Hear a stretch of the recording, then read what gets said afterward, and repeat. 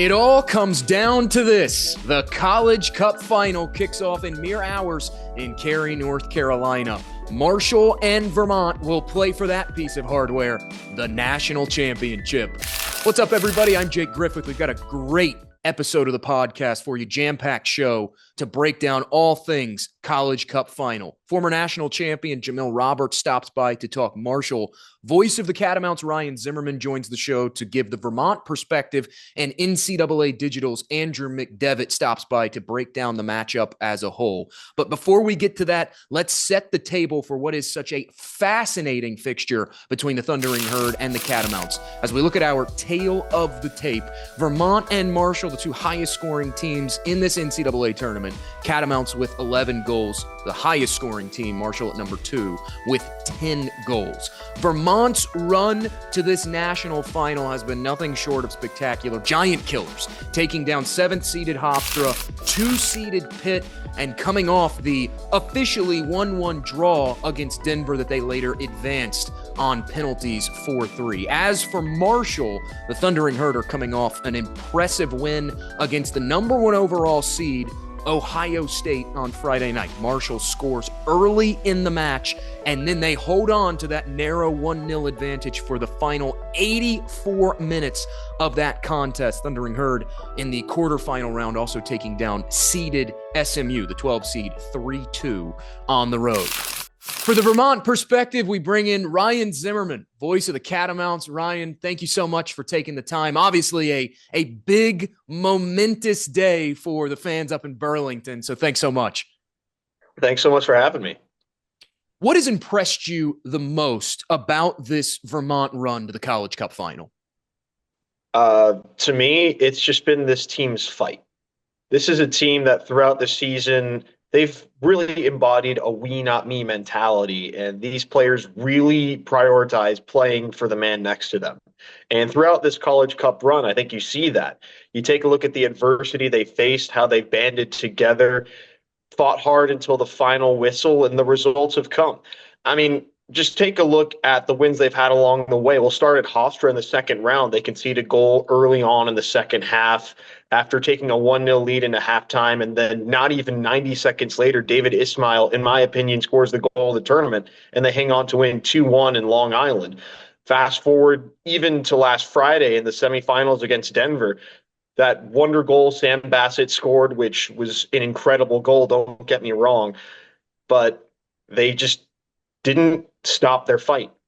Yaniv Bazzini found a way past the defense, scored that dramatic equalizer in the 84th minute, and they show the resolve to go on and win that one in penalties.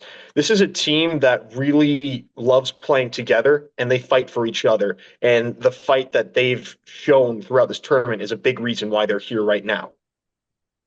As we talked about this before we started recording, 10 NCAA tournament wins now for Vermont over the last 3 seasons. I know a lot of people look at the fact they're not seeded and say, oh, this is a Cinderella run. But the mantra during this tournament, as we heard on the broadcast on Friday night, has been not underdogs, just dogs. Why has Rob Dow and how has Rob Dow been able to consistently build a winning program up in Burlington? I think plain and simple because these players buy in. You can have all the best tactics, you can have all the best players, but it doesn't mean anything if the players aren't sold on the vision and they aren't sold on the ones that are leading them. Rob understands how to get this group to play together. He gives these players a lot of autonomy in who they bring in. He gives them freedom to be themselves on the pitch. But at the same time, he's bringing in guys that are willing to put the team first. Like, for example, you see a lot of players on the pitch playing out of position. The broadcast on Friday highlighted Max Murray. That's the most obvious one. He was an all-conference player 2 years ago as a striker. And since the middle of the 23-24 season, well, I guess just the 23 season, he moved to center back, and he hasn't moved since. And that's a really selfless thing to do. A guy who proved that he could score goals in a tough conference like the America East Conference, but he wanted to put the team first. And he's been rock solid at center back ever since. It's not a position that gets a lot of plaudits, but it's a decision he made for the good of the team, because he was willing to buy into Rob's vision. A couple other examples, David Ismail's played all over the pitch. Ryan Zelafro was recruited as a forward. He's dropped more to play centrally in the midfield, at times a number 6, at times a number 8. He was in both of those roles last time out against Denver. Nick Lockerman, who's unfortunately not going to play due to injury, he was recruited as a left back, has spent time playing in center midfield. These are guys that buy in. They want to win soccer matches, and they don't care how they do it. They don't have egos. They don't put their own personal pride first. They put the collective pride first. And the fact that Rob's created an environment like this speaks volumes about just how good this team has been and how cohesive a unit it's been. So much focus on Yaniv Bassini up front, who has scored in every NCAA tournament match. He's the tournament's highest scorer. He's on a heater, undoubtedly. But another guy that probably doesn't get as much focus and should nationally is Sidney Wathuta, the American East midfielder of the year. What does he bring to this team in the midfield? Oh, he's so creative. He's able to deliver a ball so well. And a big reason for his 14 assists, I believe that's second in all of college soccer right now, is because of his ability to deliver on set pieces. He's the team's primary corner kick taker. He takes a lot of free kicks. He's able to put the ball in great positions to allow his teammates to get shots on goal. It does help, don't get me wrong, to have guys like Zach Barrett and Max Murray, two center backs who understand how to operate on set pieces, get forward, and create opportunities for themselves. But Sidney can put the ball wherever he wants. He's just that good with the ball on his feet. And even during the run of play, he understands how to create space in order to get those passes off, those crosses off, and allow players like Yaniv, like Max Kissel off the bench, like Ryan Zelafro at times, like David Ismail, to get into scoring positions. These are the two highest scoring teams in the NCAA tournament matching up tonight. Vermont 1, Marshall 2. So much focus is going to be on the offense, but how much pressure is on the back four tonight for Vermont? I don't think they see it that way. I mean, as good as Vermont's offense has been, they've only allowed 2 goals throughout the NCAA tournament, one against Hofstra and one against Denver. And even that goal against Denver, it was a great goal, don't get me wrong, but I have no idea whether or not Bassett was trying to shoot or to cross. That looked more like an Olympico to me than trying to score from outside the box on the far side. This is such a good unit defensively that I don't feel like they get as much credit. I don't think the pressure on them is as much as you would think it is, just because of how good a team it is at the back. Just using their tactics, they have 3 guys along the back line in Zach Barrett, Max Murray, and Mike Bleeker, who have so much experience. They're all fifth-year guys. Zach and Max have been at Vermont all 5 years. Bleeker was an all-conference player at American through his 4 years there, and he was an important addition in the transfer portal as well. So they're just going to continue to do them. They understand how to operate defensively, and the teams that they've shut down along the way, they had excellent attacks. Like, for example, Hofstra and Pitt in the quarterfinals, and before then playing in the round of 16. I forget who it was. Who was the Sweet 16 team that they played? I believe it was San Diego, right? San Diego, yeah. Sorry, I completely blanked on that. But those are all 3 excellent attacks. I mean, it feels like forever ago that it happened, but the fact that they did that and all 3 of those matches were on the road just goes to show how smart they play, how they're able to understand the situation, and how they can neutralize a team's biggest offensive weapon. If Vermont pulls this off tonight and wins the national championship, is anybody going to sleep in Burlington? Is it going to be one big continuous party for the next 4 or 5 days? Oh, I hope so. I mean, it's the perfect time for it, too. Finals just ended, so it's not like any of the students that have stuck around because winter break just started. They don't have anything to study for, so if they're partying out in the streets, they've earned it. I love it. I love to hear it. That is Ryan Zimmerman, the voice of the Vermont Catamounts. Ryan, where can everybody find you on social media to keep tabs on your work? Thanks again for the recognition on that. I had a great time on this podcast. I'm not on Instagram, but my X handle is at Ryan Zimmerman 24. Follow him to keep tabs on everything Vermont Catamounts. Ryan, thanks so much. Best of luck on your upcoming broadcasts, and good luck to the Catamounts tonight. Thank you. Appreciate you having me. For the Marshall perspective on things, Jamil Roberts, former College Cup national champion with the Thundering Herd, joins us. Jamil, you're calling in from your home country in England. I know you're a couple hours ahead, so thanks for carving out some time. No problem, mate. Anytime. Anything for you, mate. So this is such a big match for Marshall, a chance to win their second national championship in the last 5 seasons, and the second under Chris Grassi, a guy you know very well, who you played for. I'm curious, as a guy who played for him, what separates Chris from other college soccer coaches around the country?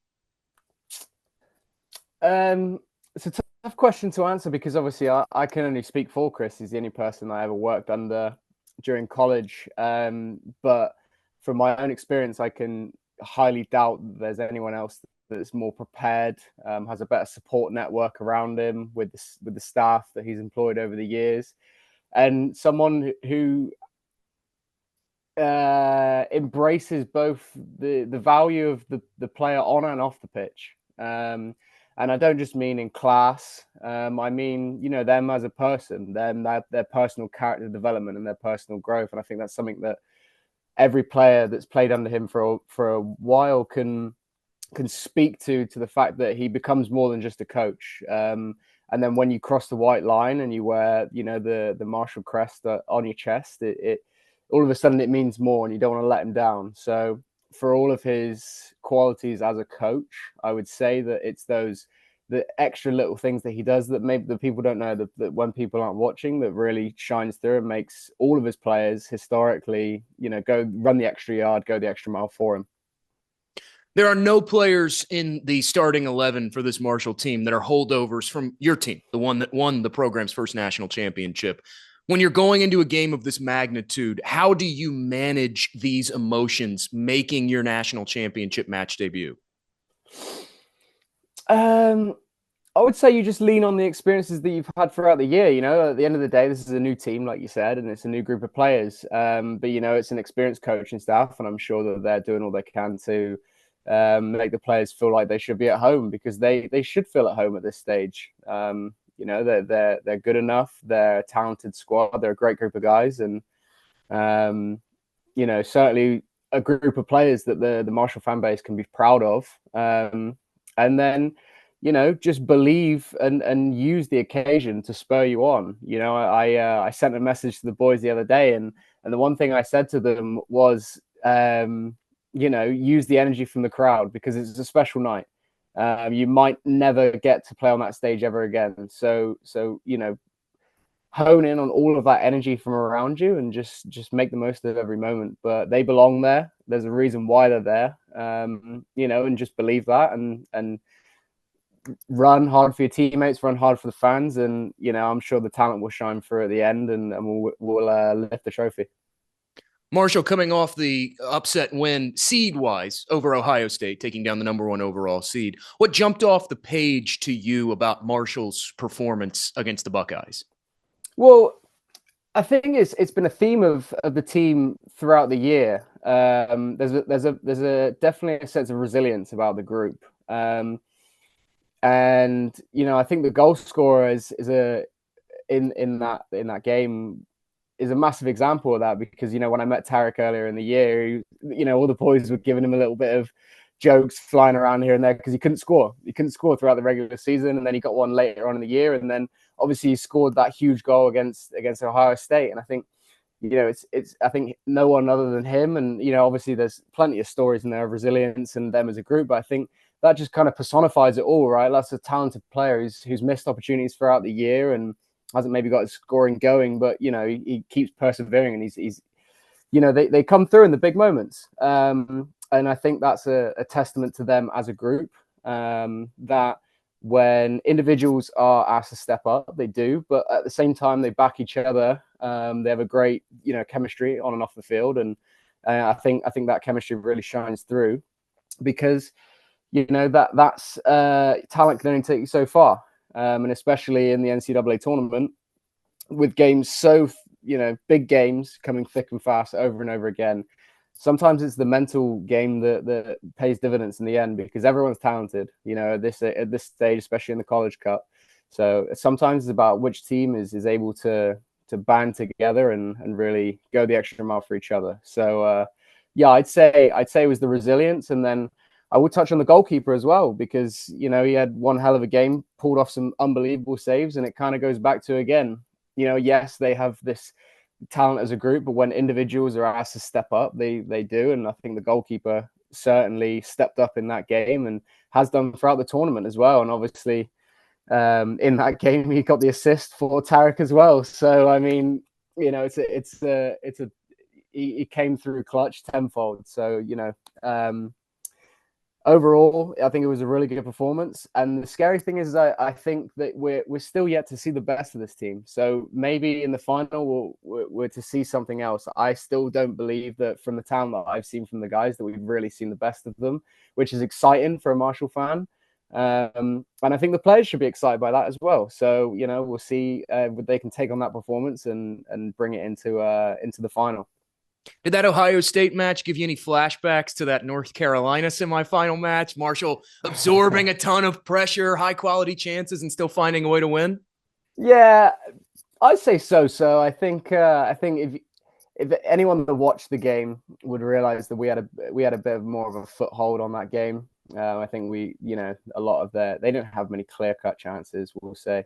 But then at the same time, I don't think Ohio really broke us down like crazy in that game either. At the end of the day, they were the number one seed for a reason. But historically, Marshall was beaten number one seeds in the NCAA tournament, and that's the way that we do it. We don't like to do it the easy way, and we found our way back in the final again. And I'm sure the boys will get it done. And they're right in their own history. And it's easy to talk about the past. It's easy to talk about flashbacks and whatnot. But this team is right in their own story, and they're doing it in style.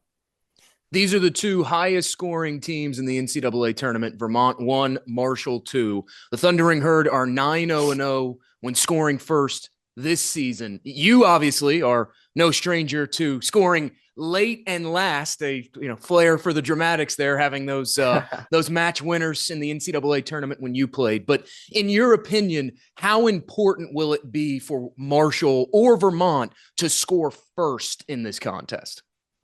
Yeah, I mean, in any game, to score first is huge, and puts the other team on the back foot. But I think the one thing that's important for this group of Marshall players as well is, like I pointed out before, is that resilience that they've got. Right, I don't think they panic in situations where they do go down, and that's also a testament to the coaching staff. As I mentioned before, they're experienced, they know how to handle these situations, and I think the players have been through it enough to know that.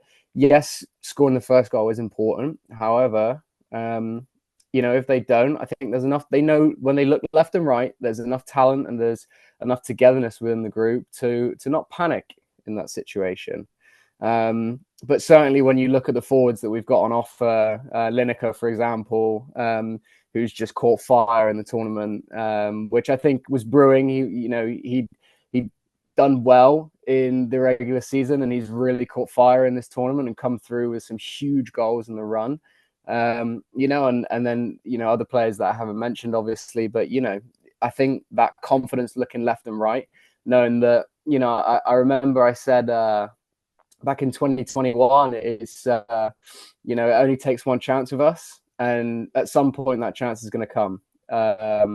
And I see a lot of that in this team as well. It doesn't matter when it comes. This team takes their chances, and it's that ruthlessness in front of goal that I think will see us through. If Marshall pulls this off, are you donating to the Chris Grassy statue fund that inevitably is going to pop up? Oh dear, I'm sure there'll be a long list of donors. Oh god, build the statue. Build the statue. Yeah, I mean, listen, I think everyone knows, myself and the rest of the boys, how, what Chris has done for us and what we, how much he means to us as players, but also as people. So I'll support it, but I think someone's got to dampen his ego a little bit and make sure he stays switched on. So we'll say no for now, and hopefully he wins a few more in the future. That is Jamil Roberts, former Marshall Thundering Herd national champion with this Marshall men's soccer program. Jamil, thanks so much. There it is. There it is. Go ahead. We're pleased to be joined by Andrew McDevitt from NCAA Digital, the NCAA Digital's men's, women's college soccer reporter. Andrew, you're down there embedded in Cary in a hotel. Thanks for taking the time to talk. Jake, appreciate it, man. Love your passion for college soccer. And what a great time to be a college soccer fan. Listen, Christmas came a couple weeks early. We have a fantastic College Cup final matchup between 13 seed Marshall and Vermont, who has won now 10 NCAA tournament fixtures over the last 3 seasons. You're down there. What are the vibes around this Catamount team? Man, the vibes are elite. They are fired up. And I really should take back what I said. Last week for the women's championship, we had 3 teams from the state of North Carolina. The fans were incredible. It was sold out. I said that there was no chance that we were going to get that same attendance for the men's. And just like a lot of things in this men's tournament, I was wrong again. The Catamounts fans showed up in droves, as well as the Marshall Thundering Herd fans. And from what I've heard from both sides, reinforcements are on their way. Everyone's going to be making their way to Cary for Monday night. Well, that's what we love to see, right? I mean, we've seen it in professional soccer. MLS just had its most attended season in its league history. We're seeing the viewership numbers trickle down to USL Championship. So it's great to see that college soccer is now getting its proper due. And these are 2 passionate fan bases who, they deserve this moment. For Vermont, we were talking about it before we started recording. The mantra is not underdogs, just dogs. But looking at the facts of the matter, they're an unseeded American East team. Statistically, they're not supposed to be in this College Cup final. How much of an advantage does playing with that house money give these Vermont Catamounts? I feel like it definitely gives them an advantage. You looked at the game the other night. It really did feel like Denver absolutely dominated the first 45 minutes, despite the fact the scoreline was 0-0 at half. And we've seen all season long, I believe it's 16 goals in the 83rd minute or later for the Catamounts. It doesn't matter when it's going to come. They have the feeling that they can get that goal whenever they need it. And in this case, on Friday night, it was Yaniv Bazzini. Just that first touch off his chest was phenomenal. From my angle in live time, I thought that there was no way that he didn't get a hand on it, but he clearly did not. It was clearly a legal goal, and what a clinical finish after a beautiful play by him. It was very reminiscent of the Alec Hughes goal against Penn in UMass's upset of number 6 Penn, where sort of long ball over the top, Hughes in the thick of it, settles it with the chest and finishes. Yaniv Bazzini, he's on a heater. He's scored in every NCAA tournament fixture in this romp to the championship final. If you're Marshall, how do you defend this guy? Well, man, we saw what Marshall did the other night with another guy that is equally as dangerous, if not more dangerous, and Michael Adedukin for Ohio State.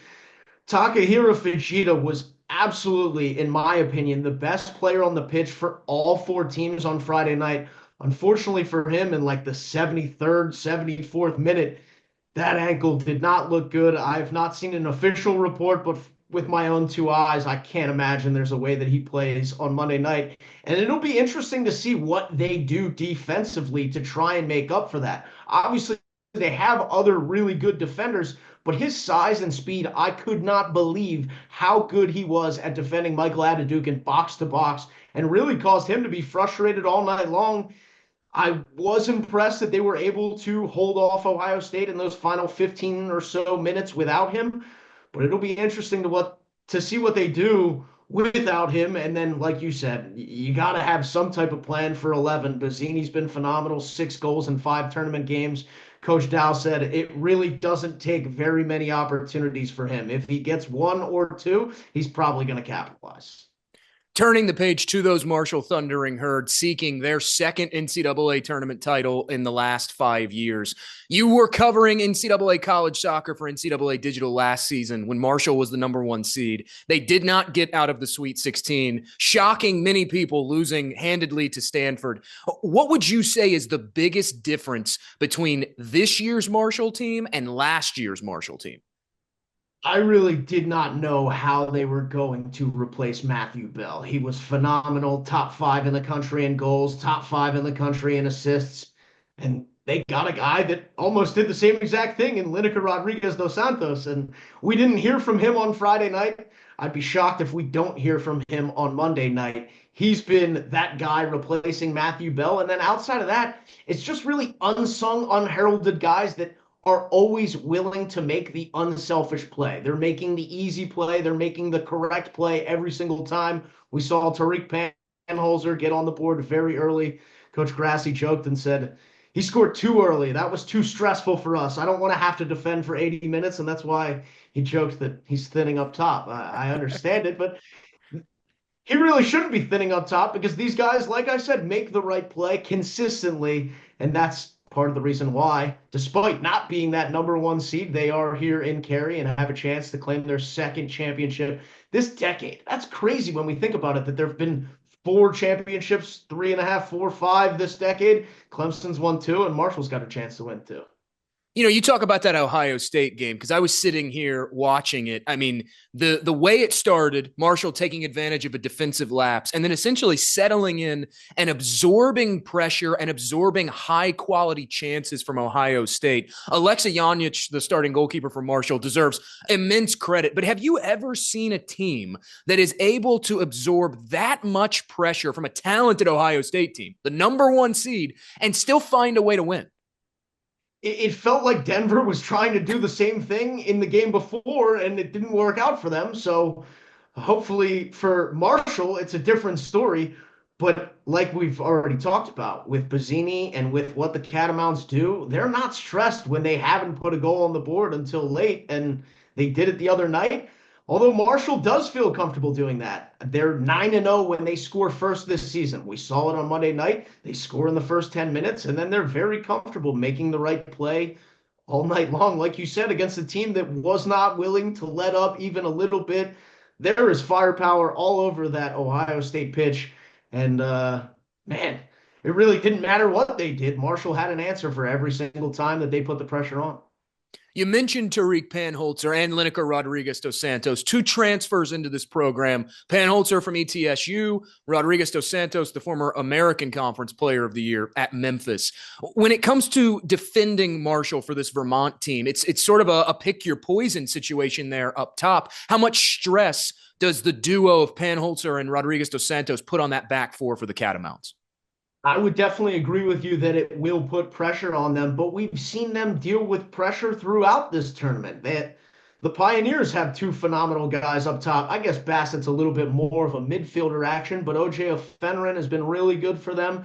And then you look at what the Toreros did at San Diego. That team was scoring at will what felt like all season long. They play Vermont at home, and we go almost 110 minutes without anybody scoring a goal until Bazzini's able to capitalize on a PK opportunity. So, yeah, I feel like there's pressure on Marshall, but at the same time, they've been in this situation. They've dealt with what Ohio State gave them, and we'll see. I did get in. I get a good conversation after the game with one of the Marshall players, Alex Sterngard, and he wanted to interview me, which I thought was entertaining. He asked for a prediction. I told him a green team will win. I will predict that for you. A green team will win. Hey, that's why I wore the neutral green hoodie here, right? Showing no favoritism to either side. Looking at the match, though, overall here, we have 2 teams that stylistically not necessarily similar, but Marshall at times can be direct. 37% of their attacks come through the middle, but they do it through ground passing, connecting passes, whereas Vermont, 37% of their attacks go through the middle, but they go over the top. So who do you give the advantage to there through the middle? Through the middle, I feel like just because of what I said about Takahiro Fujita not being in the game, that's a big piece of the Marshall back line. I feel like that gives a slight advantage to Vermont, seeing as their back line has played together and they're not changing any pieces. But with that being said, it's not like the Marshall Thundering Herd are short of guys on their back line. They have a guy that is also up as a Mac Hermann semifinalist in Tiomi Oikasha. And I joked with him. He showed up to the media day without the headband on. I was like, dude, I barely recognize you without the headband. He such a swaggy look when he's out there on the pitch, and quite the size differential between he and Fujita, but he plays large. So yes, they're missing a big piece of that back line, but I do think they have the pieces to find a way to get it done. I guess I'm dancing around your question. Yes, I think Vermont has a little bit of an advantage because of the change, but I do think Marshall is suited to make up for that change. Biggest key to victory for both teams, what would you say it would be if you had to pick one? I think Vermont's got to get it going a little bit earlier. I have already said that they're able to score late in games. I don't think you want the pressure in a national championship game to have to score in the 75th, 80th plus minute. For Marshall, I think it's the same thing. I think it's getting on the board early and trusting what you've done all season long to get to this point. Continue to play from the back and not be stressed about making the right play throughout the game. I do think that, like I said earlier, we'll have to hear from Lineker Rodriguez dos Santos. They didn't really get him too much involved against Ohio State, but it wasn't as much of a priority once they were able to get that early goal. I do think they will make it a point to get him more involved offensively in the early going. Vermont does have a flair for the theatrics, right? Dramatic moments. 7 second half goals this year. 3 of those have come in the 76th minute or later. As we talked about, a lot this NCAA tournament run for this Vermont team. Prior to the Denver game, hadn't trailed all tournament long, which is very impressive. I want to look at, though, something tournament overall. This Marshall team out of the Sun Belt Conference, here they are in the tournament final. There was some consternation on Selection Monday. The Sun Belt champion, West Virginia, an unseeded team. Marshall, the third lowest of the national seeds. Do you think a Sun Belt team being in this championship final proves that the conference was a bit undervalued this year? Or do you think that maybe they were valued exactly where they should have been? I still think they were slightly undervalued, but like you said, they get the last laugh. This is 2 years in a row that the Sun Belt has had a representative in the College Cup, and this time the national championship game. I was definitely made aware by the Marshall players, coaching staff, and fans that I picked the wrong West Virginia team to represent the Sun Belt in the College Cup this year. But again, they get the last laugh. They'll have the opportunity to be the Sun Belt team hoisting the trophy. I feel like last year the Sun Belt was a little bit deeper. We knew Marshall and West Virginia were phenomenal. The same thing was the case this year. Marshall and West Virginia were phenomenal, but we didn't get as much from JMU and UCF and some of those other teams last year that were quite quality and had an opportunity to make the tournament. This year was just those two top dogs. So I think that's part of the reason why West Virginia wasn't seeded as highly as they would have liked to have been. But the Sun Belt, in my opinion, will always be one of the most fun conferences in the country as long as they have two teams like that are capable of making a run to the College Cup every single year. On the Vermont side of things, and we mentioned American East team unseeded. You look at the history of men's college soccer, and for so long it was top heavy. The North and South Carolinas of the world winning championships, Virginia, Indiana, St. Louis, UCLA.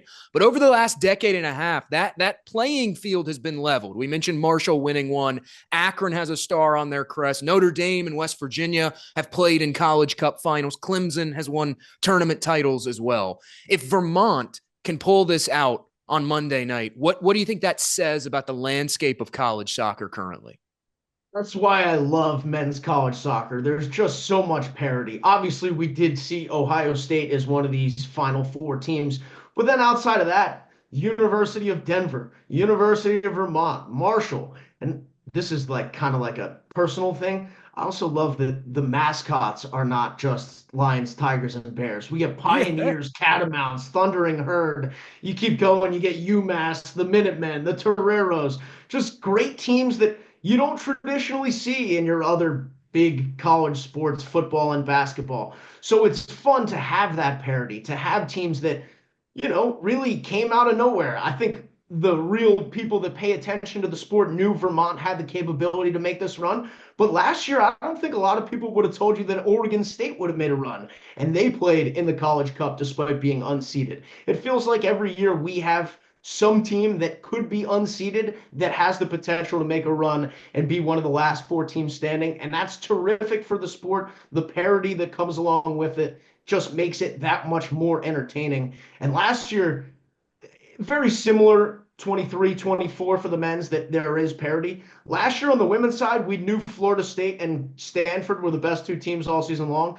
This year, that was not at all the case. It kind of felt like it could have come from anywhere. And no, North Carolina really wasn't one of the teams midway through the season that you would have said was clear cut a national championship pick. And here they are with 23 at the end of the day. Hey, listen, the underdog story, the Cinderella story, as they say in March Madness in men's and women's college basketball. It's one of the best things about NCAA college athletics. He's Andrew McDevitt from NCAA Digital. Andrew, where can people follow you at to keep track of your work? Jake, you're the best, man. I appreciate you. At McDevs.media on Instagram, and then at a McDevitt TV. I probably should change that. I haven't been in local TV for 5+ years, but yeah, that's me on Twitter as well. I appreciate you. And like I said, your passion for college soccer is really what's great. And it's great to see the sport continue to be lifted up by people like yourself that are willing to go out and create content and support these student athletes. Hey, what do they say? A rising tide lifts all ships, right? Heck yes, baby. Heck yes. Andrew, thanks for your time. Appreciate you, Jake.